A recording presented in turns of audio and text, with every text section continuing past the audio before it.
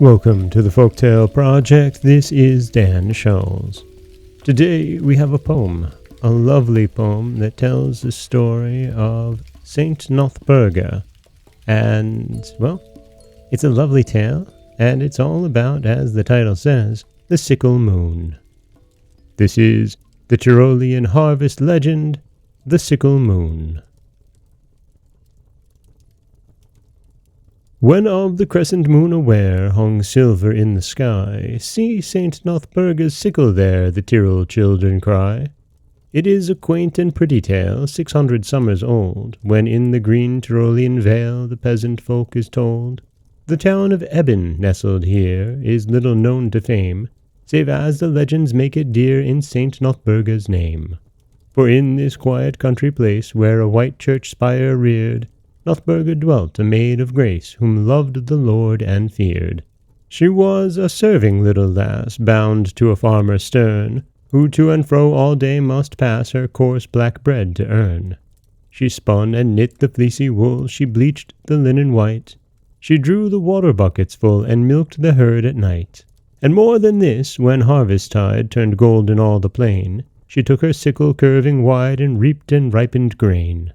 All people yielded to the charm of this meek serving maid, save the stern master of the farm, of whom all stood afraid. For he was hard to humble folk, and cruel to the poor, a godless man who evil spoke, a miser of his store. Now it was on a Saturday, near to Sabbath time, which in those ages far away began at sunset chime. Nothburga in the harvest gold was reaping busily, although the day was grown so old that dimly could she see. Close by her cruel master stood, and fearsome was his eye. He glowered at the maiden good, he glowered at the sky. For many rows lacked reaping, yet the dark was falling fast, and soon the round sun would be set, and working time be past. Cling-clang, the sunset chime pealed out, and Sunday had begun. Nothburga sighed and turned about, the reaping was not done. She laid her curving sickle by, and said her evening hymn, wide gazing on the starless sky where all was dark and dim. But hark, a hasty summons came to drown her whispered words, an angry voice called out her name, and scared the nestling birds.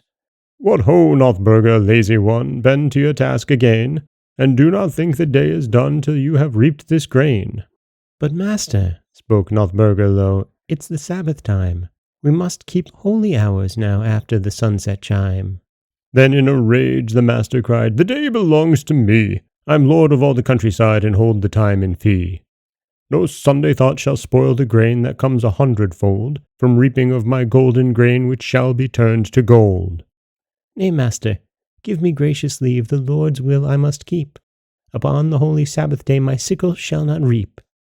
The master raised his heavy hand to deal the maid a blow.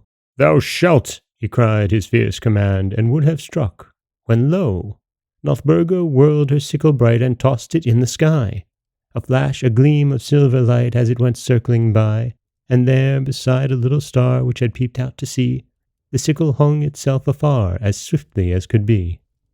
The master stared up wondering, forgetting all his rage, to see so strange and quaint a thing, the marvel of the age.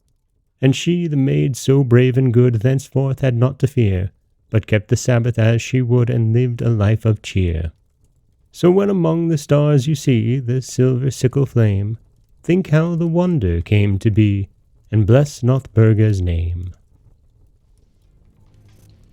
And that is the sickle moon, a Tyrolean harvest legend, captured for us by Abby Farwell Brown and included in the Topaz storybook. And it's a tale that tells of Saint Nothburga and how the sickle moon was placed there by her. This is Dan Scholz for the Folktale Project. Don't forget that you can subscribe to the podcast on Apple Podcasts, Stitcher, Google Play, Overcast, anywhere you like to get your podcasts. You can follow us on Twitter at Folktale Project. You can find us on Auto Radio, TuneIn Radio, iHeartRadio, Spotify, anywhere you'd like to listen. And you can always head over to folktaleproject.com, where you'll find a new story waiting for you every Monday, Wednesday, and Friday. As always, thank you so much for listening.